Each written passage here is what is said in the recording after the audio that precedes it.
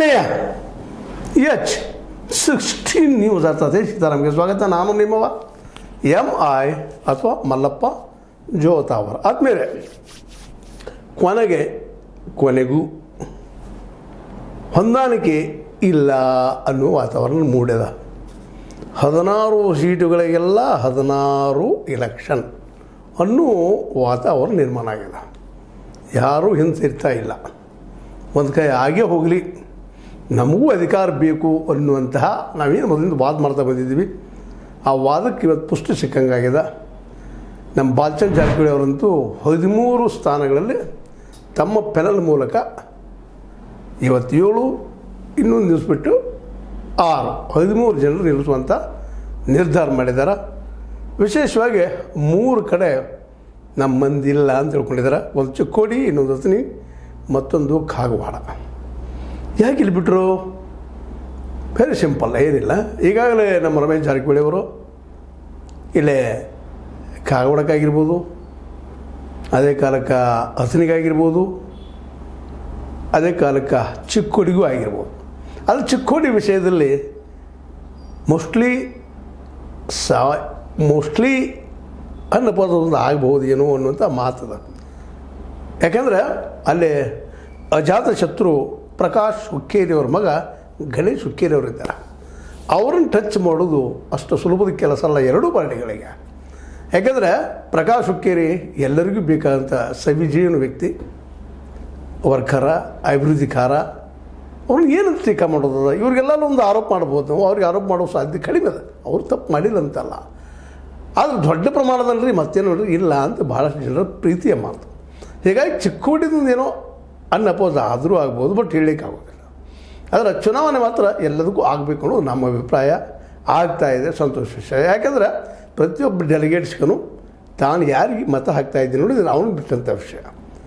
ಅವರಿಗೆ ಒಳಗೆ ಹೋಗಿ ವೋಟ್ ಹಾಕುವಂಥ ಒಂದು ವ್ಯವಸ್ಥೆ ನಿರ್ಮಾಣ ಆಗಿದೆ. ಇವತ್ತು 13 ಸ್ಥಾನಗಳಿಂದ ತಮ್ಮ ಪ್ಯಾನಲ್ ಮೂಲಕ, ಜೊಲ್ಲೆ ಮತ್ತು ಜಾರಕಿಹೊಳಿ ಪ್ಯಾನಲ್ ಮೂಲಕ ನಿಲ್ಲಿಸೋದನ್ನು ನಿರ್ಧಾರ ಮಾಡಿಬಿಟ್ಟಿದ್ದಾರೆ.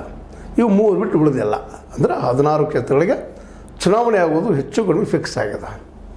ಜೊಲ್ಲೆ ಅವರಂತೆ ತಮ್ಮನ್ನು ತಾವು ಬಾಲಚಂದ್ರ ಜಾರಕಿಹೊಳಿ ಜೊತೆ ಗುರುತಿಸ್ಕೊಳ್ಳೋದ್ರಲ್ಲೇ ಕೊನೆಗೂ ಉಳ್ಕೊಂಡಿದ್ದಾರೆ. ಅದು ಅವ್ರು ಮಾತು ಉಳಿಸ್ಕೊಂಡಿದ್ದಾರೆ ಅಂತ ಹೇಳೋದು ನಾವು.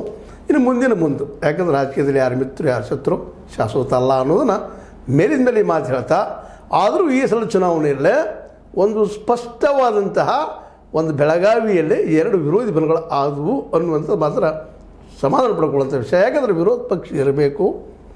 ಅದು ಆಡಳಿತಾರೂಢ ಪಕ್ಷದ ಏನಪ್ಪ ಅಂದ್ರೆ ವೈದ್ಯರಿದ್ದಂಗೆ, ಚಿಕಿತ್ಸಕಿದ್ದಂಗೆ, ತಪ್ಪಿನಲ್ಲಿ ಹೇಳುವಂಥವ್ರು ಬೇಕಲ್ಲಿ. ಎಲ್ಲರೂ ಹೂ ಅಪ್ಪುಗಳು ಹಾಂ ಅಪ್ಪುಗಳು ತಲೆ ಹಾಕೋರಿದ್ರೆ ಅಲ್ಲಿ ವಿಶೇಷವಾಗಿ ಜನಸಾಮಾನ್ಯರಿಗೆ ಹೊಡೆತು ಬೀಳ್ತದೆ, ರೈತ ಹೊಡೆದು ಬೀಳ್ತದೆ. ಅದಕ್ಕಾಗಿ ಆ ರೈತಗೆ ಹೊಡೆತು ಬೀಳಬಾರ್ದಂದ್ರೆ ಅಲ್ಲಿ ಪ್ರಬಲವಾದ ವಿರೋಧ ಪಕ್ಷ ಇರಬೇಕು. ಅಂದಾಗ ಸ್ವತಂತ್ರವಾದ ಮೀಡಿಯಾಗೆ ಬೇಕಾಗಿರುವುದು ಸ್ವತಂತ್ರ ಧ್ವನಿ. ಆ ಸ್ವತಂತ್ರ ಧ್ವನಿ ಉಳಿಸಲು ನೀವು ಮಾಡಬೇಕಾದದ್ದು ಇಷ್ಟೇ. ಅದೇನಪ್ಪಾ ಅಂತಂತಂದ್ರೆ, ನಿಮ್ಮ ಕೈಲಾದಷ್ಟು ಸಹಾಯ ಈ ಚಾನಲ್ಗೆ ಮಾಡಿ ಹಾಗೂ ನಿಮ್ಮ ಧ್ವನಿಯನ್ನು ಕಾಪಾಡಿಕೊಳ್ಳಿ. ನಾವು ನೋಡಿದ್ವು BJPದಾಗಿರ್ಬೋದು, ಹಿಂದೆ ಇಂದಿರಾ ಗಾಂಧಿಯವ್ರ ಆಡಳಿತ ಆಗಿರ್ಬೋದು. ಇಂದಿರಾ ಗಾಂಧಿಯವರ ಆಡಳಿತದಲ್ಲೂ ಸಹಿತ 1 ಮ್ಯಾನ್ ಆರ್ಮಿ ಇದ್ದಂಗೆ. ಅವಳು ಏನು ಹೇಳ್ತಾಳೆ ಇಂದಿರಾ ಗಾಂಧಿಯವ್ರು ಹಂಗೆ, ಇವರು 10 ವರ್ಷ ಆಡಳಿತಲ್ಲ ಮೋದಿಯವ್ರು ಹೆಂಗೆ ಹೇಳ್ತಾರೆ ಹಂಗೆ. ಹೀಗಾಗಿ ಎಷ್ಟೋ ತಪ್ಪುಗಳಾಗಿ ಹೋಗ್ಬಿಟ್ಟು ಆರ್ಥಿಕವಾಗಿ ನಮ್ಮ ದೇಶ ದಿವಾಳಿ ಎತ್ತು ಅನ್ನೋದನ್ನು 2 ಸಮಯದಲ್ಲೇ, ಇಂದಿರಾ ಅವ್ರ ಸಮಯದಲ್ಲೂ ಇಂದಿರಾ ಗಾಂಧಿಯವ್ರ ಸಮಯದಲ್ಲೂ ದಿವಾಳಿ ಇತ್ತು ದೇಶ. ಈಗಲೂ ದಿವಾಳಿ ಅಂಥದ್ದಿಲ್ಲ. ಅದು 215 ಲಕ್ಷ ಕೋಟಿ ರೂಪಾಯಿಗಳ ಸಾಲ ಮಾಡೋದು ಇರಲಿ. ಯಾಕೆಂದರೆ ಒಂದು ಮಾತು ಹೇಳ್ತಾ ಇದ್ದೀನಿ ಇವತ್ತು, ಯಾಕೆ ಹೊಂದಾಣಿಕೆ ಬೇಕಾಗಿಲ್ಲ ಅಂದರೆ ಇದೇ ಕಾರಣಕ್ಕಾಗಿ. ಇದು ಚುನಾವಣೆ ಆಗಬೇಕು, ಆಡಳಿತ ಒಬ್ಬ ವಿರೋಧಿ ಇರಬೇಕು. ತಪ್ಪು ಮಾಡಿದಾಗ ನೀವು ತಪ್ಪು ಮಾಡಿದ ಬಗ್ಗೆ ಕಿವಿ ಹಿಂಡಬೇಕು. ಅದಕ್ಕಾಗಿ ಮಾತನ್ನು ಭಾಳ ವಾದ ಮಾಡ್ತಾ ಬಂದಿದ್ದದ. ಅದು ಸತ್ಯನೂ ಅದು, ಪ್ರಜಾಪ್ರಭುತ್ವ ಇರೋದು ಅದ್ರ ಮೇಲೆ. ಇನ್ನಿರಲಿ, ಅದೆಲ್ಲ ಇರಲಿ. ಈಗ ನಮ್ಮ ಬಾಲಚಂದ್ರ ಜಾರಕಿಹೊಳಿ ಅವರು ಮತ್ತು ಜೊಲ್ಲೆಯವರು ಜಂಟಿಯಾಗಿ ಪ್ರೆಸ್ ಕಾನ್ಫರೆನ್ಸ್ ಮಾಡಿ ತಮ್ಮ ನಾಮಪತ್ರ ಸಲ್ಲಿಸಿ ತಾವೇನು ಮಾಡಲಿಕ್ಕೆ ಹೊರಟಿದ್ದೀವಿ ಅನ್ನೋದನ್ನು ಮಾತಾಡಿ ನಾವು ಇಲ್ಲಪ್ಪ ಗೆಲ್ತೀವಿ ಅನ್ನೋಂಥ ಭರವಸೆನೂ ಕೊಟ್ಟಿದ್ದಾರೆ. ಗೆಲ್ಬೋದು, ಇಲ್ಲಂತಲ್ಲ. ಚುನಾವಣೆ ಗೆಲ್ಲಿ. ಯಾಕಂದ್ರೆ ಇಲ್ಲಿ ಡೆಲಿಗೇಟ್ಸ್ ಮೇಲೆ ಜವಾಬ್ದಾರಿ ಇರ್ತದೆ. ಯಾರನ್ನು ಒಳ್ಳೆಯವ್ರನ್ನ ಆರಿಸಿವಿ, ಕೆಟ್ಟವ್ರನ್ನ ಆರಿಸಿವಿ. ಒಂದು ವೇಳೆ ರೊಕ್ಕಕ್ಕೆ ಮಾರ್ಕೊಂಡ್ರೆ, ಅದು ಮತ್ತದಕ್ಕೆ ಮಾರ್ಕೊಂಡ್ರೆ, ದಬ್ಬಾಳಿಕೆಗೆ ಮಾರ್ಕೊಂಡ್ರೆ, ಗುಂಡಾಗಿರಿಗೆ ಮಾರ್ಕೊಂಡ್ರೆ ಅದು ಸಹಜವಾಗ್ಯದ. ನಾಳೆ DCC ಬ್ಯಾಂಕ್ ಒಂದು ಏನದ ಕಾಮಧೇನು ಇಲ್ಲಿ ರೈತರಿಗೆ ಅದು ಮುಚ್ಚಿ ಹೋಗ್ಬೋದು. ಹಾಗಂತ ಇವ್ರು ಮುಚ್ತಾರಂತಲ್ಲ, ಫ್ಯಾಕ್ಟ್ ಹೇಳ್ತಾ ಇದ್ದೀನಿ ನಾನು ಇವಾಗ. ಯಾಕೆ ಒಳ್ಳೆಯವರು ಇದ್ದರೆ ಒಳ್ಳೇದು ಉಳಿತದೆ. ಅವರು ಒಳ್ಳೆಯವರು ಇದ್ದೀವಿ, ನಾವು ಮಾಡ್ತೀವಿ, ಅಭಿವೃದ್ಧಿ ಮಾಡ್ತೀವಿ, ಇಬ್ಬರು ಹೇಳ್ತಾ ಇದ್ದಾರೆ. ಭಾಳ ಸಂತೋಷ. ಜೊಲ್ಲೆಯವರಂತೆ ನಾವು ಕಳೆದ ಈ ಒಂದೇನು ನಮ್ಮ ರಮೇಶ್ ಕತ್ತಿ ಅವ್ರು ಹೇಳೋದು ಹೋದಲ್ಲ, ಅಲ್ಲಿಂದ ನಾವು ಎಷ್ಟು ಇಂಪ್ರೂವ್ ಮಾಡಿದ್ದೀವಿ, ಎಷ್ಟು ಕೂಡಿಸಿದ್ದೀವಿ, ನಾವು ಮುಂದೆ 5 ವರ್ಷ ನಮ್ಗೆ ಕೊಟ್ಟರೆ ಏನು ಮಾಡಬಲ್ಲಿವಿ ಅನ್ನೋದನ್ನು ಸಹಿತ ಈಗಾಗಲೇ ಹೇಳಿದ್ದಾರೆ. ಆಗಲಿ ಅವ್ರ ಬಾಯಿ ಹರಿಕೆಲೆ ಅವ್ರೇನು ಮಾತಾಡಿದ್ದಾರೆ ಅವ್ರು ಸಾಧಿಸಲಿ ಅನ್ನುವಂಥದ್ದು. ಇದೇ ಕಾಲಕ್ಕಂತ ಇನ್ನು ಎರಡನೇದು ಸಮಾನ ಮನಸ್ಕರು. ಒಂದು ಏನಪ್ಪ ಅಂದರೆ ಜಾರಕಿಹೊಳಿ ಫ್ಯಾನಲ್ ಅಥವಾ ಜೊಲ್ಲೆ ಅವ್ರ ಫ್ಯಾನಲ್ ಇದ್ರೆ ಅವ್ರು ಫ್ಯಾನಲ್ ಮಾಡಿಕೊಂಡ್ರು. ಇಲ್ಲಿ ಫ್ಯಾನಲ್ ಮಾಡ್ಕೊಂಡಿಲ್ಲ, ಆದರೆ ಸಮಾನ ಮನಸ್ಕರು ಅಂತ ಒಂದು ಹೆಸರು ಇಟ್ಕೊಂಡಿದ್ದಾರೆ.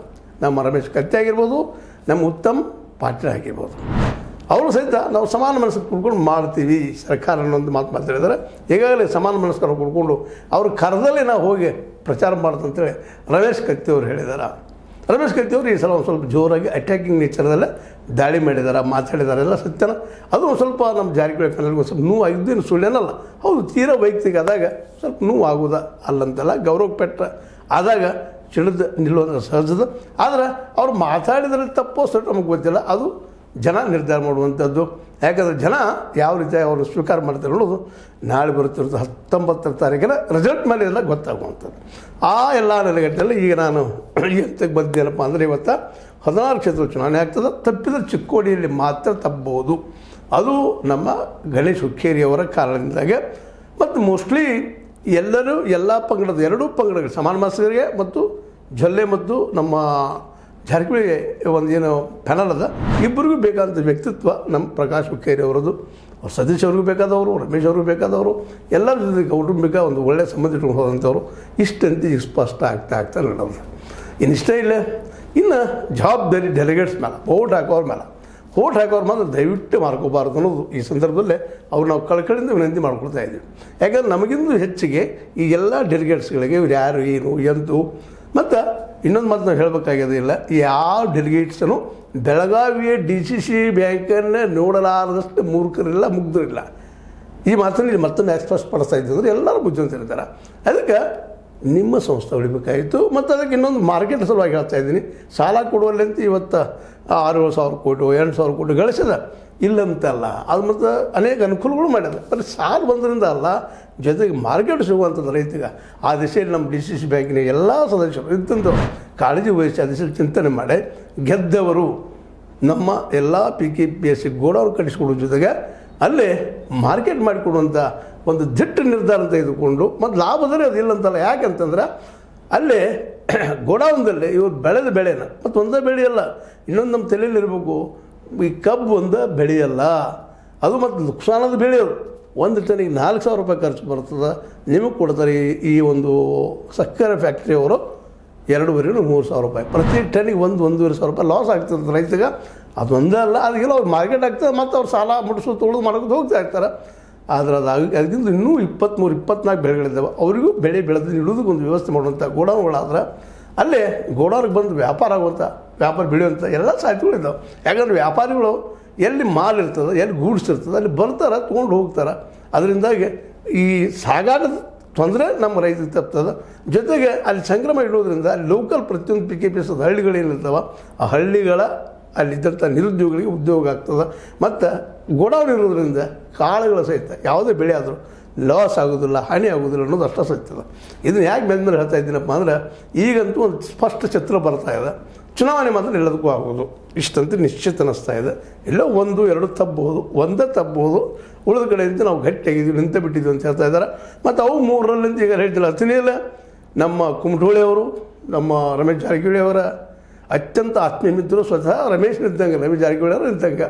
ಇನ್ನು ಕಾಗವಾಡದಲ್ಲೇ ಗೊತ್ತದ ನಿಮ್ಗೆ, ಅಲ್ಲೇ ನಮ್ಮ ಕಾಗೆಯವರಿದ್ದಾರೆ, ಅವರ ವಿರುದ್ಧ ಕಾಗವಾಡದಲ್ಲೇ ನಮ್ಮ ಶ್ರೀಮಂತ ಪಾಟೀಲ್ ಇರುವಂಥ ಸಾಹಿತ್ಯಗಳಿದ್ದಾವೆ.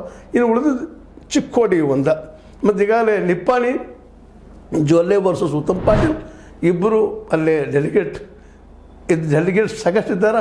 ಆದರೆ ಯಾರು ಗೆಲ್ತಾರೆ ಏನು ಮಾಡ್ತಾರೆ ನೋಡೋದು. ದಯವಿಟ್ಟು ನಾವು ಈ ಸಂದರ್ಭದಲ್ಲಿ ಮತ್ತೆ ರಿಕ್ವೆಸ್ಟ್ ಮಾಡೋದು ಏನಪ್ಪ ಅಂತಂದ್ರೆ, ಯಾರ ಆಮಿಷಗಳಿಗೆ ಬಲಿಯಾಗಲಾರ್ದು ನಮ್ಮ ರೈತರಿಗೆ ಯಾರು ಅನುಕೂಲ ಹೆಚ್ಚು ಮಾಡ್ತಾರೆ, ಪ್ರಾಮಾಣಿಕರಾಗಿರ್ತಾರೆ, ಅವ್ರಿಗೆ ಮತ ಹಾಕುವಂಥ ಒಂದು ಸಾಹಸ ಮಾಡಿದರೆ ಈ ಡೆಲಿಗೇಟ್ಸು ನಿಜವಾಗಿಯೂ DCC ಬ್ಯಾಂಕಿಗೆ ಮಾಡಿದ ದೊಡ್ಡ ಉಪಕಾರ. ಅದು ಉಳಿಯುವಲ್ಲೇ ದೊಡ್ಡ ಸಹಕಾರ ಮಾಡುವಲ್ಲೇ ದೊಡ್ಡದು ಸಹಕಾರಿ ತತ್ವದ ನೆಲೆಗಟ್ಟಲ್ಲೇ ಅದು ಮುಂದೆ ಬೆಳಿಬೇಕಾಗಿದ್ರೆ ಇವರೆಲ್ಲರೂ ಪ್ರಾಮಾಣಿಕ ಮತದಾನ ಯೋಗ್ಯದ ಮತ್ತು ಹೇಳ್ತಾ ಇದ್ರಿ. ಇದು ನನ್ನ ಕೆಲಸ ಅಲ್ಲ, ಆದರೂ ಒಬ್ಬ ಪತ್ರಕರ್ತನಾಗಿ ನನಗೆ ಅನಿಸಿದ ಕೆಲವೊಂದು ಮಾತು ತೊಂಬಂದಿಗೆ ಹೆಚ್ಕೋಬೇಕಾಗ್ಯದ. DCC ಬ್ಯಾಂಕ್ ಉಳಿದ್ರೆ, ಕಾಮಧೇನು ಉಳಿದ್ರೆ ನಮಗೆಲ್ಲ ಹಾಲು. ಇದು ನಮಗೆಲ್ಲ ಗೊತ್ತಿಲ್ಲ ಅಂತ ಹೇಳ್ತಾ ಇದರ ಅರ್ಥ ಇಲ್ಲಿದ್ದವರೆಲ್ಲ ಪ್ರಾಮಾಣಿಕರಂತ ನಾವು ತಿಳ್ಕೊಂಡಿದ್ವಿ. ಆದರೂ ಕೆಲವೊಮ್ಮೆಷ್ಟು ಮನುಷ್ಯನಿಗೆ ಆಸೆ ದುಃಖಕ್ಕೆ ಕಾರಣ ಅಂತೇಳಿ ನಮ್ಮ ಬುದ್ಧ ಹೇಳಿದ್ದಾರೆ.